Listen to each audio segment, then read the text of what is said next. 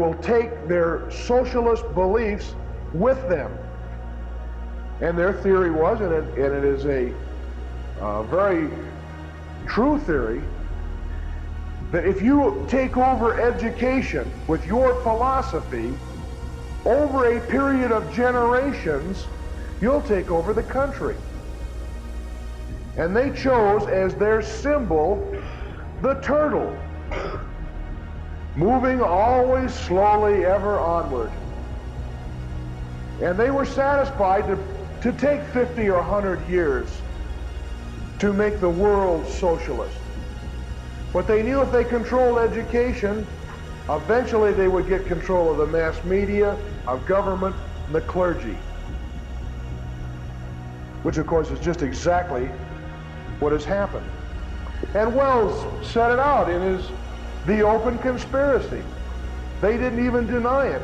And we talk about the fact that there's a conspiracy, even if there were no insiders. There is an admitted conspiracy to build a one-world socialist superstate. Wells even talks about it in The Open Conspiracy here. He's talking about the use of religion to build this. It says the modernization of the religious impulse leads us straight to the effort for the establishment of the world state as a duty, and the close consideration of the necessary organization of the effort will bring the reader to the conclusion that a movement aiming at the establishment of a world directorate, in other words, the United Nations as a world government. So these people, it wasn't any mystery. They were willing to put it in writing because they felt so few people would take them seriously and do anything about it. And in here he says, what we must do if we are to build this world socialist directorate, this world state, is we have to destroy the belief in religion, we have to destroy patriotism, and we have to destroy the free enterprise system.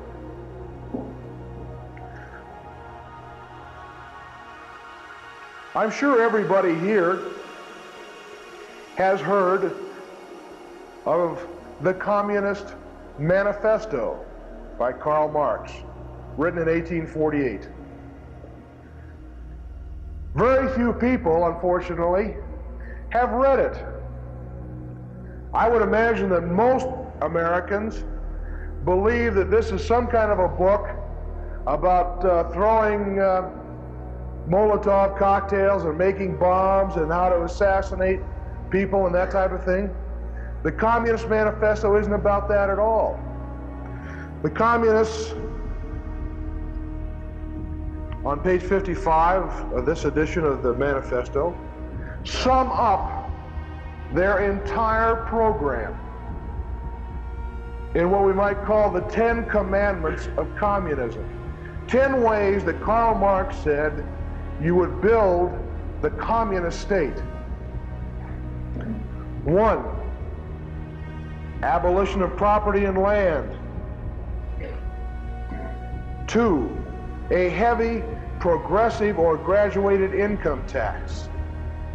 3, the abolition of all right of inheritance. 4, confiscation of the property of all immigrants and rebels. 5, centralization of credit in the hands of the state by means of a national bank. 6, centralization of the means of communication and transport in the hands of the state. 8, equal liability of all to labor. 9, combination of agriculture with manufacturing industries. Gradual abolition of the distinction between town and country. 10, free education for all children in public schools. In other words, if you want to brainwash somebody, you got to get them into the schools. That's one reason why you never want to have federal schools. I don't think you can find a dictator in the history of the world that hasn't wanted to control education. All right, these are the 10 points of the Communist Manifesto. Is there anything in there about throwing a bomb or assassinating leaders? No, these are all things that can be done by the ballot box. The Communist Manifesto is essentially a Fabian document, even though it was written 30 years earlier. All of these things, of the 10 points that are in here, many of these have already been at least partially adopted in this country. Things like the progressive income tax, setting up a central banking system. These things have all been done through gradualism in this country and by the ballot box. So you can establish a communist country without calling it communism and without a revolution. You do it three ways: through taxation, controls, and government planning. The Fabian Socialists have done that in this country. They've done it all in the name of liberalism. The Fabians have always been rather kind to the communists. As a matter of fact, right after the Bolshevik Revolution in Russia, the British sent an army in there to try to put down the Bolsheviks, and the Fabian Socialists, who had control of the labor unions, threatened a general strike in England if the British did not pull their army out of Russia. And so the British did pull their armies out of Russia, and they turned over all of their arms and ammunition to the communists, and the communists used it to gain final control of Russia. So if it hadn't been for the Fabian Socialists, there may never have been a successful Bolshevik revolution in Russia. Now, how about the Fabians and the insiders? As I said, there would be a great threat to this country if there were no insiders and all we had were the Fabians, because the Fabians' goal is to set up a communist state. But the Fabians need money. Where do they get their money? The Fabians operate in this country through a number of organizations like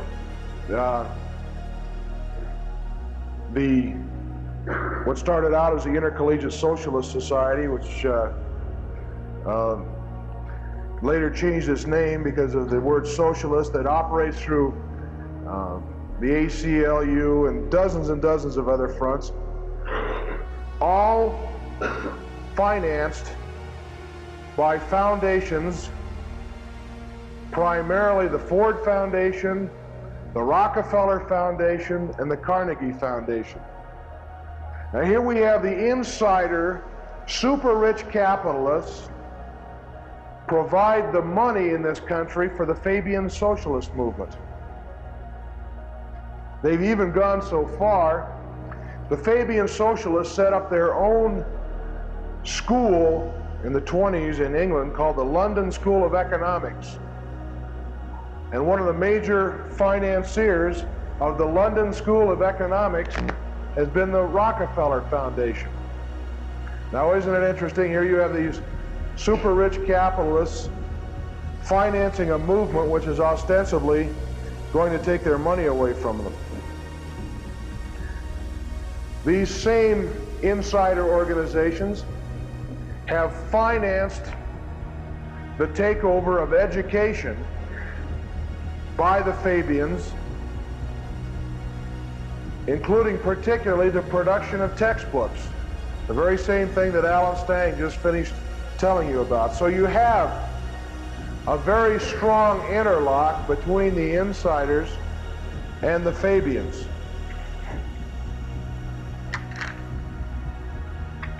Well, how did the Fabians get from England over to the United States? Well, there was even as far back as 1890, there were some Fabian groups that were started in the United States, but the big push really came right after World War I, when some English Fabian Socialist economics professors received appointments to teach economics at Harvard University. Harvard University, then as now, was the most prestigious college in the United States. And Harvard trained many of the professors for other colleges. So if you took over Harvard, eventually you would have a tremendous influence in almost every other major university in the United States, because Harvard trained the professors for these other schools. Gradually, the Fabians took over the economics department at Harvard University. They also moved in to the School of Education at Columbia. Columbia was for education what Harvard was for these other things. Columbia provided the professors at the other schools of education around the country. So if you took over the Columbia School of Education, your philosophy would eventually permeate every other school. And I'm sure you've all heard of Dewey, who started at Columbia and came out with his theories on progressive education that literally swept across the country. The next major inroads made in this country by the Fabians came during the New Deal. Franklin D. Roosevelt was elected in 1932, and you remember he tremendously expanded the government bureaucracy. They set up all of these alphabet soup government agencies, the Agricultural Adjustment Agency, probably 100 different new government agencies.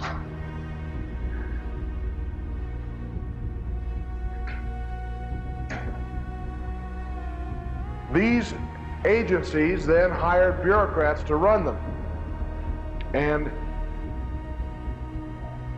all of the Fabians all over the country then became government bureaucrats.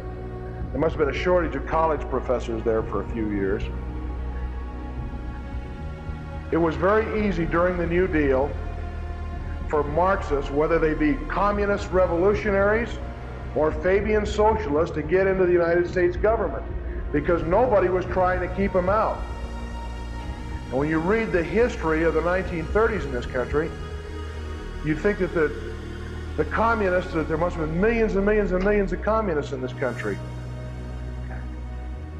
Well, there were quite a few in the labor unions and whatnot by the end of the 30s, but it wasn't really so much how many communists there were, it's where they were.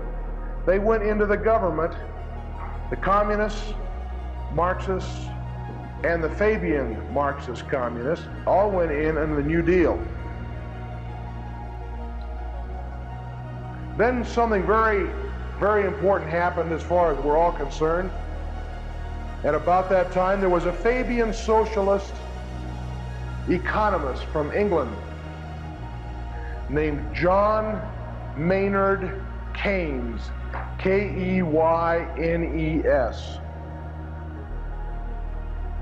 One of the most important people in history, even though most people have never heard of him. Keynes's father was a Fabian socialist. Keynes all his life was promoted by the Fabians. And he came up with a new idea for running an economy.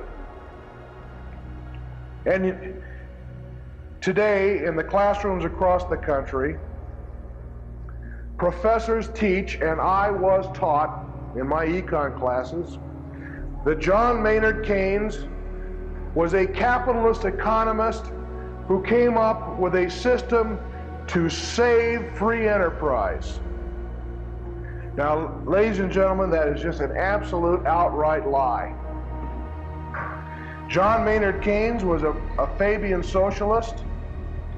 He wrote a letter to a friend in which he said, "My new system will be the mercy killing of free enterprise."